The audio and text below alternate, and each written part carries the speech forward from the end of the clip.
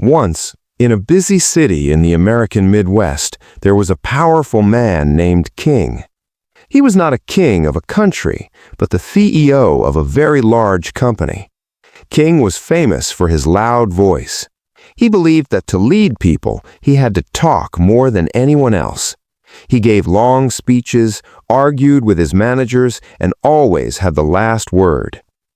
One summer, the workers in his company became very angry. They felt King did not listen to them.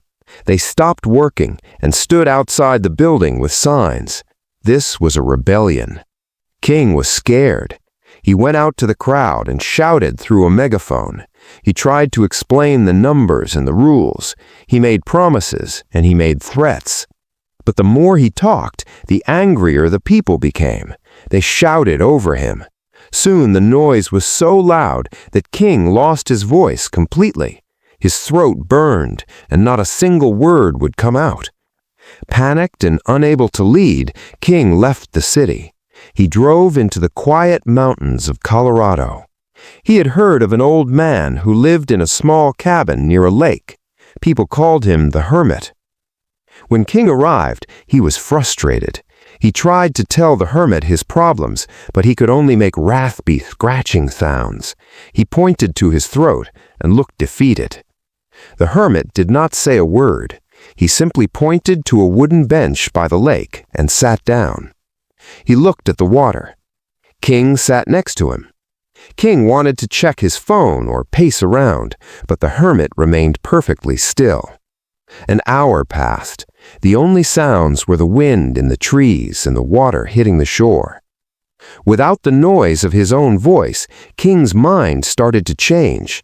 He stopped thinking about what he wanted to say next.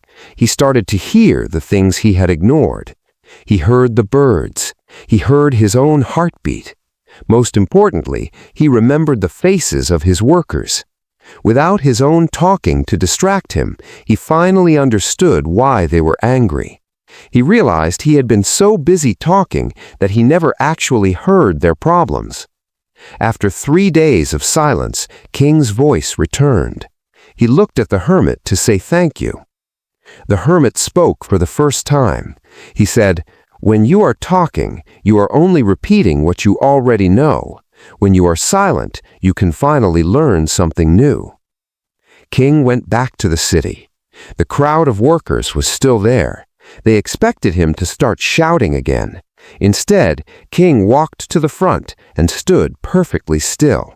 He did not use a megaphone. He did not speak. He simply stood and looked at the workers with respect. The crowd became quiet. Because King was silent, they stopped shouting. In that silence, the tension disappeared. When it was finally time to speak, King did not give a speech. He asked one question: "What do you need?" He listened for the rest of the day. By staying quiet, he solved the rebellion that his loudest words could not fix. He learned that silence is not a sign of weakness. It is the most powerful tool a leader has.